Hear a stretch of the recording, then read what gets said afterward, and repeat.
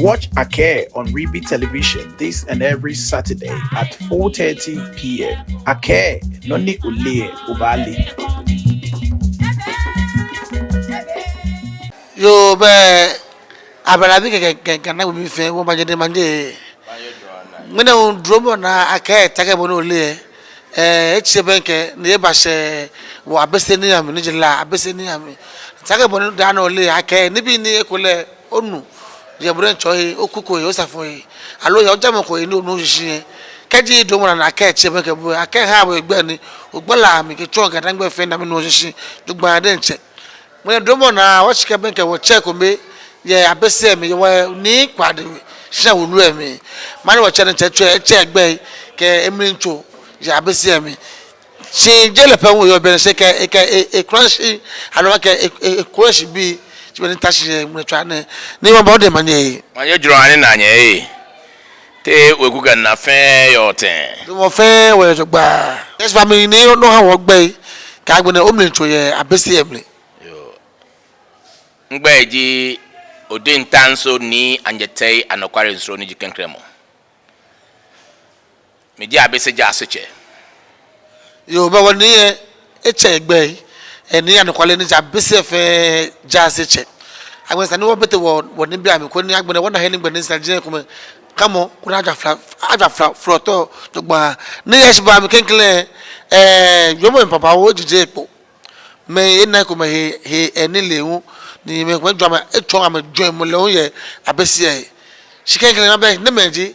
Abese bi ni gbaji am echo yo o kenkele ni bo mo ke be imlincho ta ga ntashi ne brofo ba aka ke inji 7th generation of our great ancestor njo akaji wo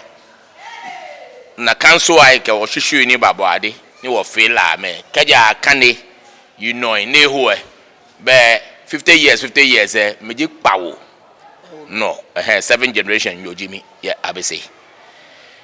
numbo ni bawo azuda na azuwona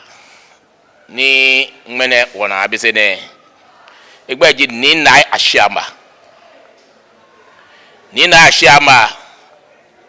eni wata ngmene ne jihini ni gala be bato ni hini wata la kan akraba chamin wata se pe nya dana ba mamotu ne nya na ne shinumo bi egbe yo di bi na fe la kan akraba chani lo tena shotun na ga pan la pa mi jo no ju no ni machine no ho nya na ga la twata is na fa ko je teni machine no aga shotun na ga pa jo ni na shamba le fo ANYETEI suansa na ANYETEI suansa fo na akwa mi otun na akwa mi tun fo malo sokrono ke enyame ako ke se o mensa kokrolonto ako e ke ngbashi bi yo hinshi la mi gbla mo ke le ebe mo ngbachi banku ale no anya ngbashi se ke te teshi no ko te teshi o ba na ni na we akobele na chola akobele na ni na we akobele na no ako le yo teshi mensa kokrolonto e prama anya na mensa kokrolonto bese o anan ke anangonti le no nji boy bena no anankanu no wo anangonti for na kwami anangonti e for na kwami ike kwakwere ayemfro nshi ye abechewe ne for na kwami ni na kwami for binni anu boy na imanu anu boy na anu boy na ketete tru kolowulo mo bi adole olivant hinshi yo tenwe na ga for nche na kezi ni nche na kezi ke mesa gronto e kanswa na chola kwete ebi angoko hinshi na gafo mi ebi angoko biyo de lami oko ya angoko ekelante jango nyo hinshi na gafo lami oko inye lami oko body sa police lenche na kezi hinshi ne gafo mi anyete man lebi no me ni ba le mi amele mi ake Rashid no ameno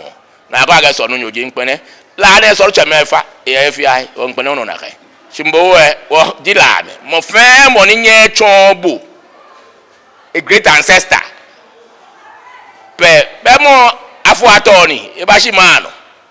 no ke won wi ene ma itomo do ka wi ni bibi e ba ro ni ba wi e chombo deji e chon egbe si e ga chombo ko akwete game la me wo akwete akoka akwete wo achole akwete Jacob enyame acholo ko Charles amaje kwa motuwe hena me yo je ameshani je animle we bi je abe mo ba bi je animle wo nyori ni na kan shi adwa ni hife be mi don ni beke bi mfe ni ne ye na fa akwete Jacob e je kwa motuwe ake e ale akwela kan shi ano ejage ni na shamba le neke la kwamba akobua le samiya mu akobua wo na ga akobua pe akanyoni eke mayira bobi mba bobi mo no bi ngbob mo ni laje ye akanyo mo mi eke mayira na ke wo jengbe eke ga eja Abese na ba de na le eko ke ma eke mayira ya bi salami ye go salami e de sare tan ya bi le go mi ake da ka akobua pe mi de eke mayira na ke wo jengbe ni wo akobua eje ko na choja Abese mayira gele pe ye ni wo money yo le ba yue no ni le we tank ke na abotue si won ka kwa motu enyodi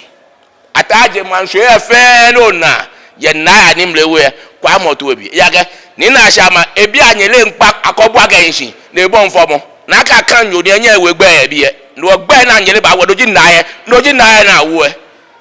na sa oji so wa ka aje mensa ni ja aje mpose no wo no chamenji wo yo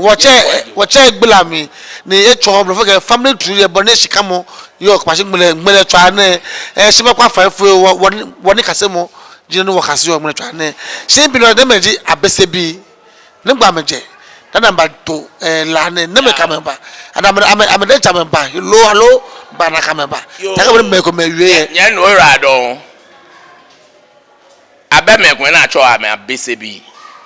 na abemekwe na acho ame koi bi na abemekwe na acho ame hejrai bi ejake manko be na acho le jrai ye heni wo je keja jangote abe jrai ye je abe Abese ye jira ajangote aba abe koi ya jangote shi aye weku ni weku aji wulo mo ko na ayu efo do te krashi no do te krashi fo odo ya chem kese oso wo brejuma kese wa je mensa ni jajo na no no ko do a chen weku ye bi agabe balo ame ye mi na batola ni la kan wo tele ni wo ke ba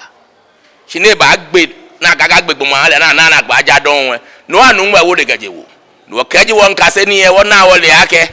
ni kase moje na nwa e wo lompe no actually the folklore bro for le folklore wo la lie ni capture our history ke la men la nyenu na la nyetu amoni gbo nyetu amoni gbo ni nye hai la kan mi na yoje la ma no nyetu amoni gbo ni nye hai ofori pa chele ni jonye shini na sha me ke ju mi chonkenkren dan nge ajira je jira no de we a chef ni la me ka ja don na heme na me ni ba ja no ha me ko ya bon le so me ja ke ja don no e la ne ke fu am ne ke pa ne ke mi chonkenkren ke ajira e nge mi chonkenkren ke ajira e la pa me na yo je jira no mi chonkenkren ka ajira e je jira no mi chonkenkren ka ajira e je jira no ne ke ji la ye ni chokeke na me ba nya jira yo ba nya jira yo no no cheme ye wo ji no cheme ni la pa wo ji no cheme no wa ke wo nu gbegele je wu e ke gmene ni nkun se mba ni nya mo mi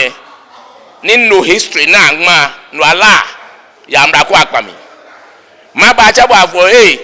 jango te ba bi ma ba che ba fo do pale no ba gbe ahun to ma ba che ba fo pale no ba do gbe ahun to o pale no ba gbe ahun to ma ba che ba fo pale no ba do gbe ahun to nege la no history e ye no ba ga go ya ngwa no kale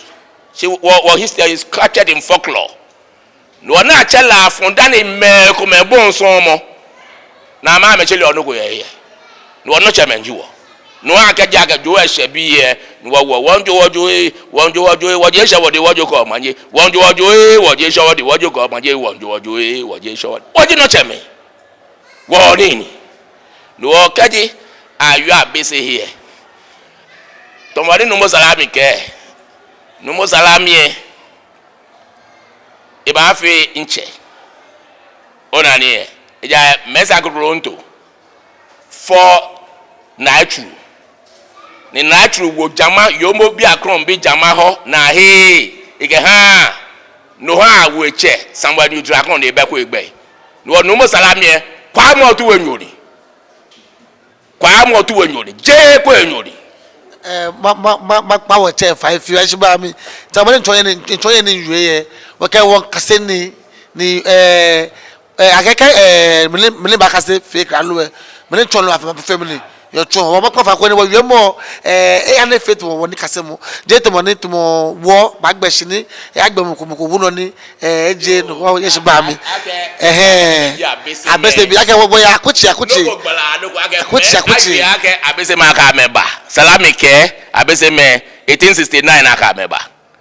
male dagba no ono ne yue no eto ha ake 1869 ndike ake kwa mi otumba ona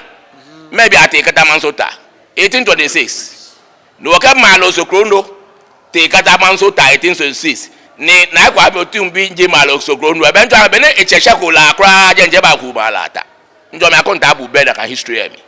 no ndoko gandoko ba ko ni afi fan ka ayo ni me wo yeku e wo ake monele man shito adwa ma no awo wie shi ni bi yali ka wo wie pe me nyenye hin amanye la bona me nyenye la don iwo ameha wo hin shinaka ni wo ga dwa ma onu ameka chiwo ni ha me awo wie ndoko ni wo to mo wo ke abese bi ji me ni odu achen hwei 1710 onu ga ngbashi history Teshi formation of Teshi obale no history call bo ake odu ache nke okan ngbashi tengbla gaka ne mogulu ye no ni ayu na anye wulu ye mi okore efe clear ha bo gaka ne mogulu igela mi ngbla mo ona no ne 1929 zimama memene igela mi ngbla mo okan ngbashi be igena yinu ngwa be ni wona shipon eche be ba okan ngbashi 1710 be ba okan ngbashi ke emanche odo achente bona ni ni odo achen tu na afega manche tie kuba de ye manche from 1700 to 1733 aga haleme na ba she no na ke okan ngbashi ahu she sisi road of call bo ake tie kuba enya anyoji okan ngbashi no we kala ga wenu gba chuo efiu ege she dani woba chuo efiu me na ha ko na ba shodu achen no ko na ke ngbashi ahu no mi awo ngbashi nga omodi echie etele jokuku anyi le jokuku me ni ba asafu ache ni nya me hie amaji mgbede na acho amokan fra obi ye ni mo ga ma amaji ani asafu ache lo kanja de nya asafu bi ahie do kanja fe o kanja isabraji aforo so okafrafra no echigbe ji okafrafra no je adontin abadontin chi kena ga wa bia ko ye me ni je ko echi aye ko echi aye le echi aye krana chi abena kai abechi donchi abetu afochi mo fe mo chi eyin egbe bona no ewo be me na me ba ga o gbomo ga chi ye be an ku osa ga o ye egbe ya ga zi mama ke egbo ake etuche ye fafe odo ache ntuche ye do odo ache nsegbe do ga gbon na ye egbe ka ya te no ba je ku se nyan asifi o nyan asifi o eme infe formo he no ha o come from baka neji o kanja ke hwe ye ni ba ambaka bena no o come from we je anim le we hia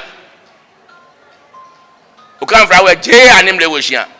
ni kaja ke animle wo ye je nche nke ba ke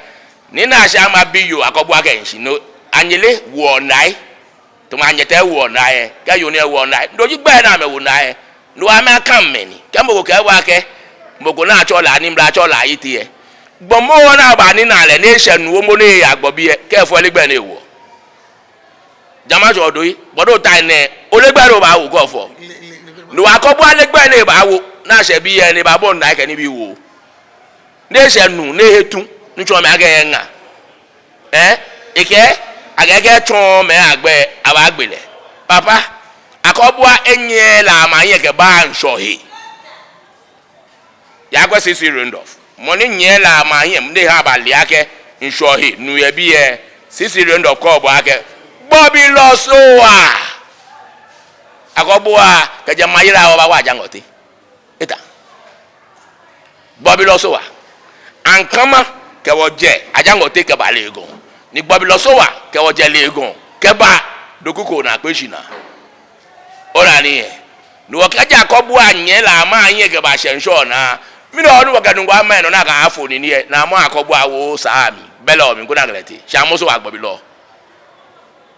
no e no che ta frache be ni yo tan no wo ma ason sajin e to mo ni je weku meji wo se abese me ke ko emela la ko me si be yo tan ni be gi otan ni ai play mo ewo asumo na tan san e bo ni fite men ko na na hegbe ni no meji no ni ha ni ta frache e wa ha wo ni wata shi na e wa ha wo ake oba yu ni bi ko me bona shi ka fi bia ke ne mente woju fo ye la na ni be na me ba me hia ni yo dokuku e sha ani be we na ja me hia amehia ga mete dokuku Greenland je ja ga ma ha me shile amete wo be na ba ju fo amehia sha ora ni no woni bi ye la ni wo sumo wo wi gba ye ni wa ka ha ma ka o cha ma me yo no eji amede amgbagba mana ka me ya ka gbon fe mo no atu ame na menya ame ya di mo ko te ni la mo cha me gba ye ji amede ame ha wo hin abese din mo ko nyen abese adwa mo ko nyen abose adwa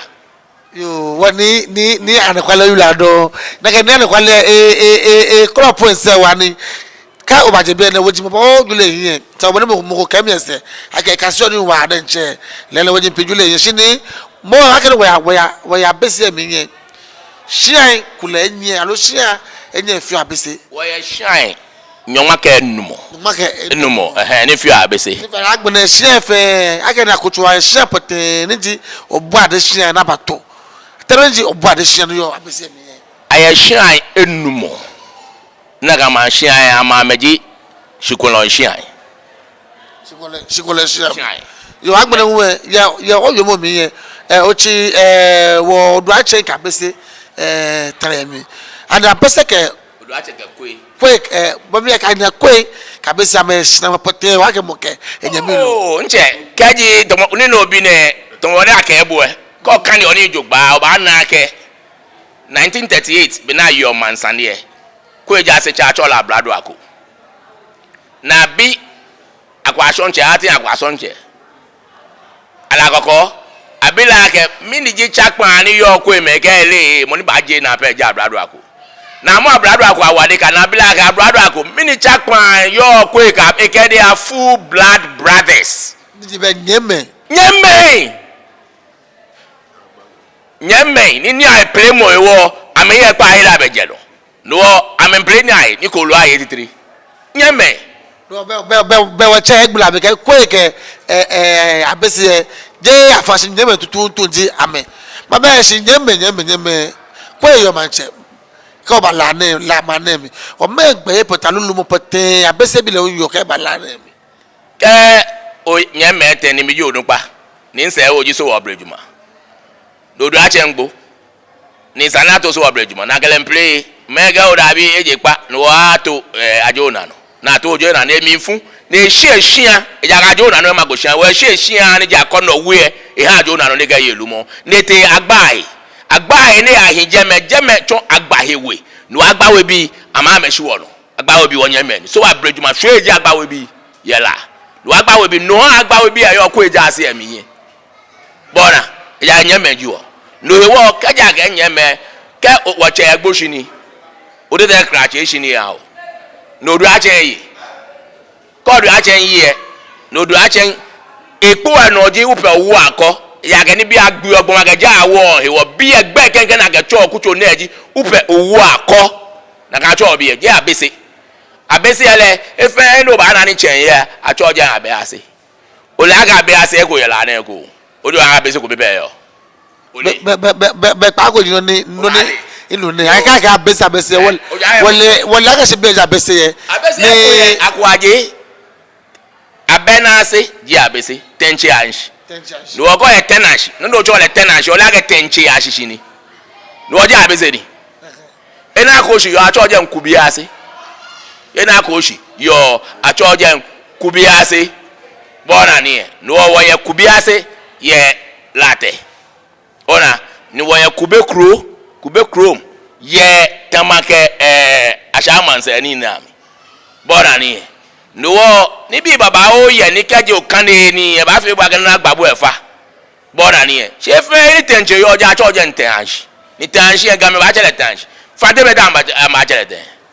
ya be na se no be na se je no ba cho abese no wo ka mo ko ka wa ga abese je ko be pe yo e pi e fi a ni che yo what the central region abase ye je bona ni no abese je ma yo ni ese agbere ke wa bete me ni wakwa wo ya la ne ke isobulemo yo gajo oyin isobulemo kenkan wa bi wa ga mi ni je isobulemo nkola ga wo ya ke isobulemo ka wona wala yesi o ti ni baja abese ne wo le me ni ba produce wo ba te wo ya la ne ke isobulemo ake la me amenhinu he dana mbasha biye amehi fire he dana mbasha biye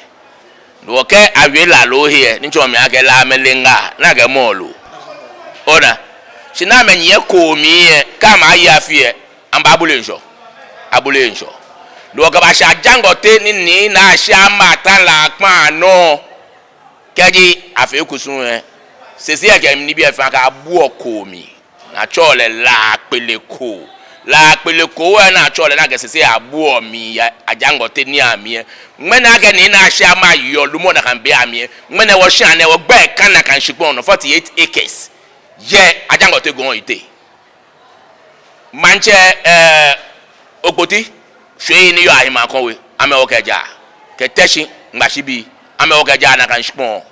no wo call le ya ahima konwe no ga go ta Uncle Roland Bodoku Professor Bodoku bi amake ameshikpo ni yo ajangote na me ho ame comment properties ni mini shikpo ni ba ke gba ga me ke ni na sha ma ko waji yo hunsu no wo ke won yu age la pa wo no ni wo ke ba wo tele ke ba je ni wo male wo ye ni bi ni wo ba domo no ne hanya na la ke ba shi bi ane je nche na ka shikpo ye wo gba mi ye ni ke do me abako nso yi na ba she nso yi na ka ga gbegbo mo no me gbe mo agbe ona ga ja la kan je chile be na ya ajangote gbomo agbe ona ga ja la kan na ba se nso na ka gbegbo don ni je ma wo obon nu ba bi egbe je ma wo ne ba buti nso e ne wo ya chef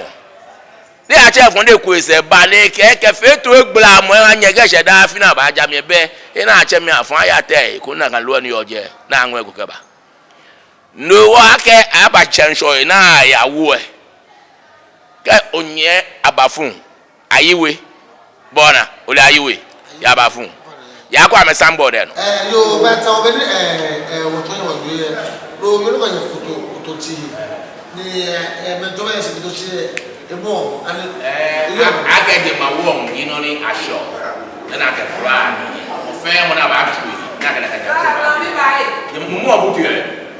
wo ba na ni yi ka ni ko lo na ko le ni ipopoda na ka ngule ga tilile ba ko ya ni tilile chief ko ni san ko ma de san no be wo na ni eyi abese ju no e ja ama me je ma wa ja no be kekede mi yo woni eyi no ngale ko mo fe mo se wo de bi anu ko do wo ya bi ansan bi anu ba ko bi anu wo da ga ko de yo agbe ne wo mo na yue ye hia ye ko mbe hia ni je ko mbe hia je na ade do bi ahia ora ni no wa de akrama ora ni je so wa o mo yi no mi ye le inga shani me inga mete shani ma wa kompe ke bada na me cho agba na me cho la na nuwe je a me shani numo odo ya shon kodo idi je ko banya wo bona le che ko shini ami ye tan fo le odo ya shon ke nyami yo e mesa manfe me kele wo aja property e mi te nyami yo na odino ni tuwe no ni yo bi ye tuwe tu ale so e bi ye ashon odo ashon ke nyami eno wo abe go na tola na anu ye abese abe go na tola na ka sha dia mi sha aga me nyami yo e mesa manfe ke akofio so wa bonyani na mba domo sha wo noeme na go na osu ko na so awo no ti nya mi boy wa ba to mo la me na me ne ke sha ne wo be na me na me ke yin shi be me ni no me ya to na me na ke de kwa ja wo ani do be ko la ga be sha ja mi sha na sha ko ga ja bi a sha o la ni no che be je ni e bi aga ashi school to akwa me ne yin ya no a me me ya era be o je ja wa mi sha ja wa school to be na do a ko ne akra ma ke ni bi ne wo to ko mpe ke ni bi ne ja wa me sha a me wo ko to ka do be ku me ni bi ne sa ona onye me bibi ni mba ma be tun shi na be kase no ko ni go yo me na no ko no le eto ka yue ni to o ya bi ndo ko na ke ba ga no yo le ni na bria ni history mathematics history mathematics yo go fi history no fi mathematics o history mi ana ga no yo le ya san no fi no ba yue ka che bi ye ga aka yo ba ke ne ka na ga bi ni ba afi o ha pe o san ne ja onye me afi na nyela meni ke wola bi wola bi si joga folo e bako dando bana bone yo ora ni imi besha chimfe nya lo mele boni yo lo amesho mwe ya ya bi bona lo ko ba mo mina amera no afi na abe ye yo be wacha egbula yo mi sa eha wo fe ni bona ni ate brofo ke akoli ate bi deep ba ta bi fito akele dane bro aka chobe go ko ni egbula bi ha so gba yo woni anokware sare ko be ni gba wona wa yo chobo ke woni la maternity ko okele ni gba lo de relationship yo ni la numbo na kwami therefore mini anu boy nai na anu boy nai se oji anyecho Mr. Pobi ke hinshi ndege fo ko bita echuru do ko da churu eje no ntuntu no ha na ga akpakro anya na bese fe ke amekele fe noku kwa motu we bi peke ke abene wo vuyi wo bi afọ no anya nani okan se ma na ora ko jeje be mi na ga akele fe noku je nche ora ni mo fe ma kwa motu we bi kele yin shijogba ni mi wa ke ikenche first cousins no wa fa aseji ka shente ayo sugwe sen ni taro mi mataro bora ni ndo ewo ni la me ka me npale nke kwa nya akwa nche kwa npene abese me ni yo mi nka me fe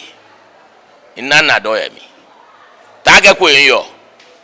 ishi no ke ni bi ni ba ura me nke fe ke ni bi efe ora ni e ka kwa ke briefcase ko dai ma ko briefcase ya mo go tu na ka no agbone ni bo so ke yo mo eba ka me fe ka oyi la fe ka o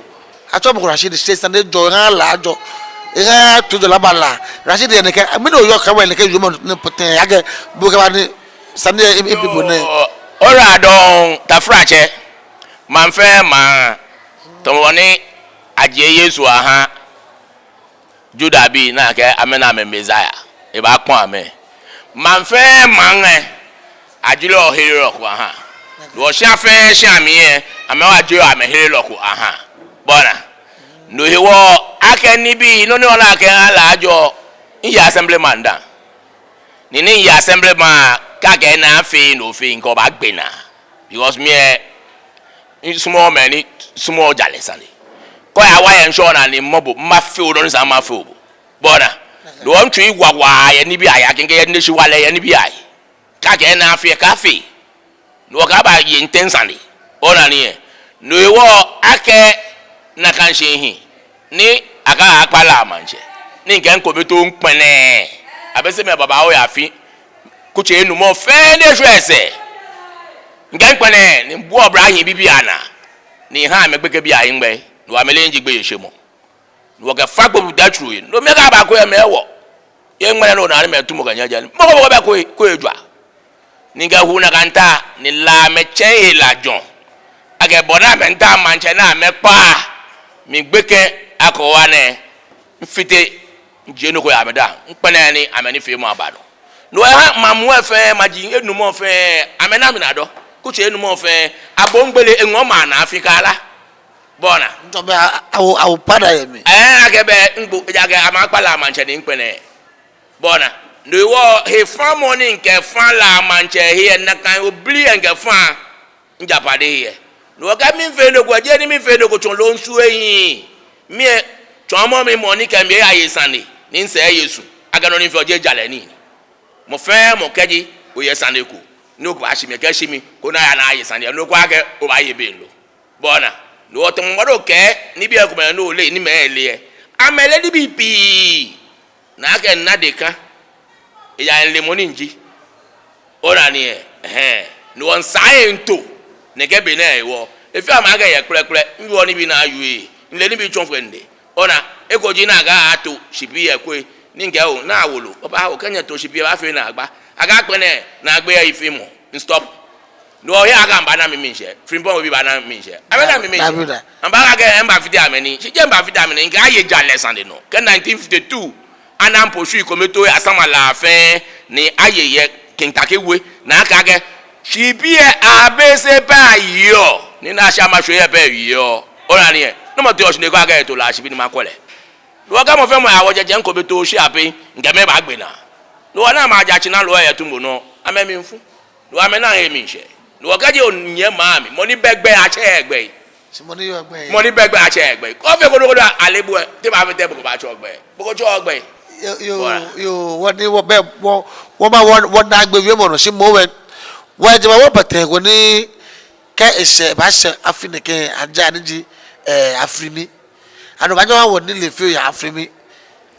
afrimi la taya won ni la me fen pan ake kwe ke je la pan se taya won ko he yan wo ya won e ko me boda me he wale yo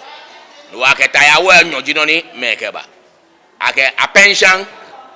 ngati me ka pension ba o dan tin se ka pension ba na be se me ke afrimi ba ora ni la me ka me sun afrimi wa me mo afrimi mi ndo ha tuche pa oyo na ni ka aja ke je brema afranga jobo ya ke lojila ata ora ni beta ya woji mba oye so na ke bona afrimi gbe ehin ke bona etu na aja ada kan ta ya woji ona ke wuro mo efe ba mo no ke wo mbepo je njoba ba bora ni ya la ta ya won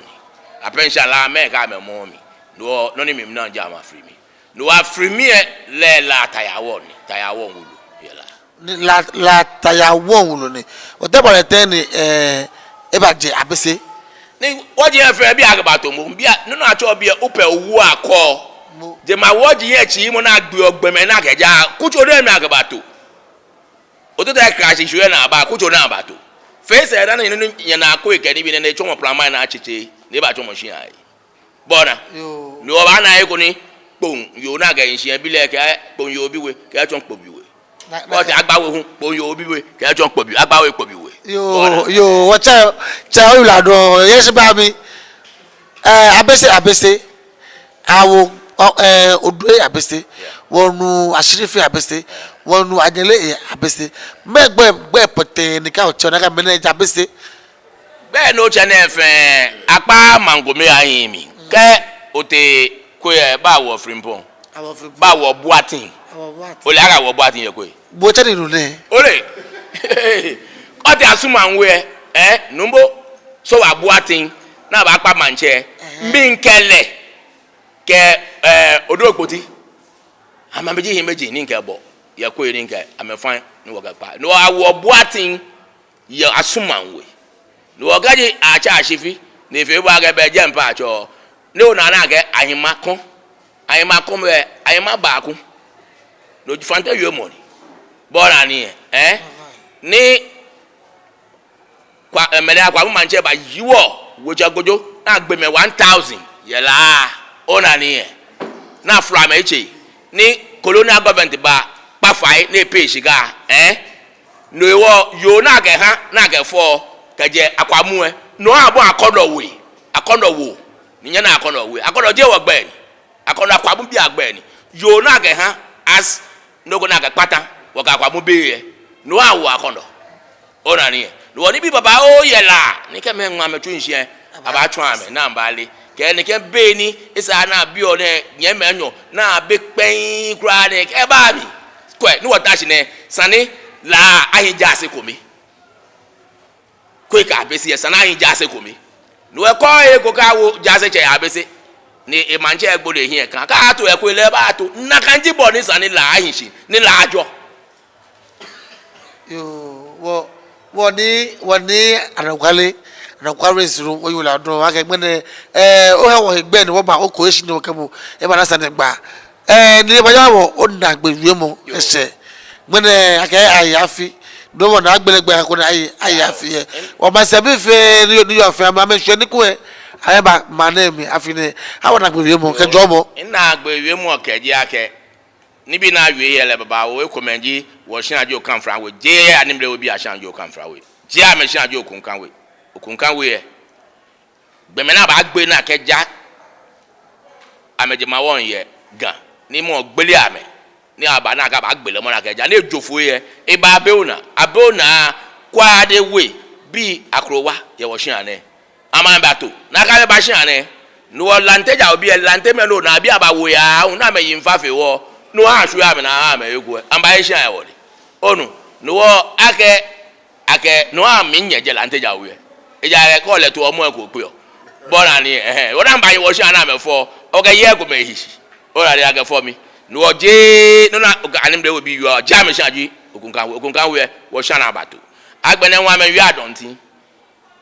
abede ko da to la adontin chewe ake wo ye triple o na ko mo go nwa ni o ga nwa me gbe ga ma wo la shi be yin wo ke ya san me ne won ba ga o bo ha je ajo to na ka obo e won fo bi ni twa se be la ne aye adontin la aye mi je adontin yen ka ga mi je adontin e ke bu ake edomnuti e mo ko be peji ke edom mepi yen eju e mo ko be pe alo mamu o fare ma yo no ma ka aye adontin la abe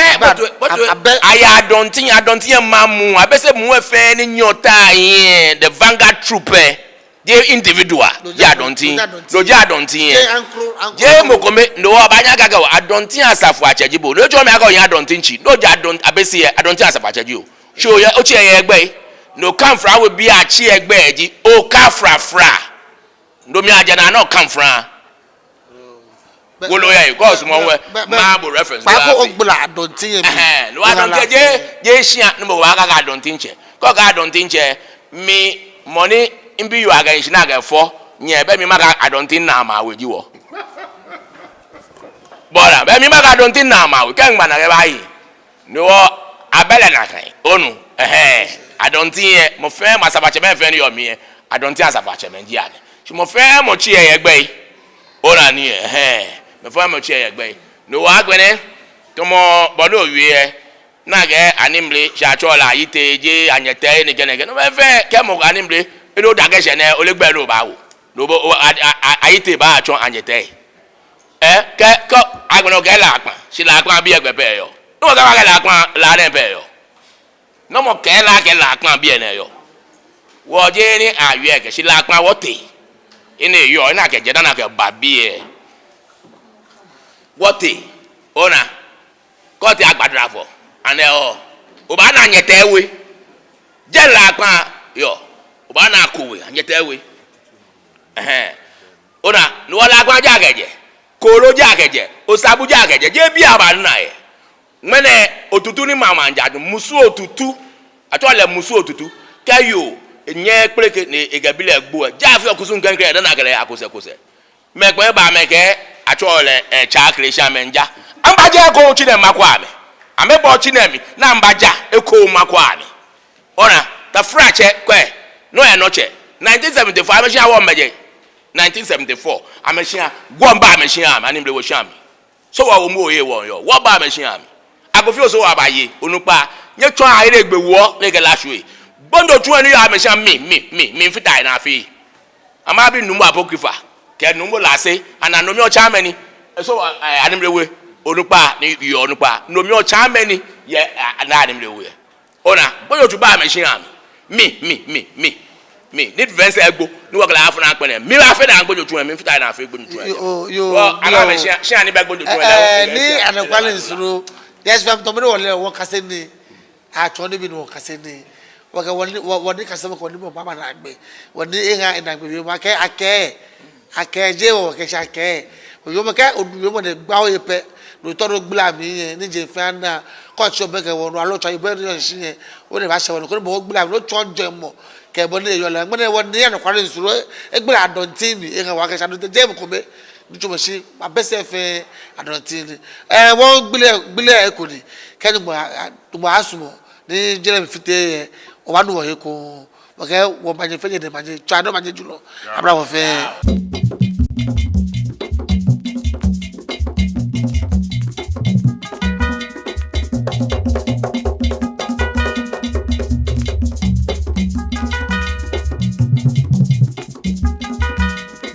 Watch Ake on Reeby Television this and every Saturday at 4:30 p.m. Ake, Noni Ule Ubali.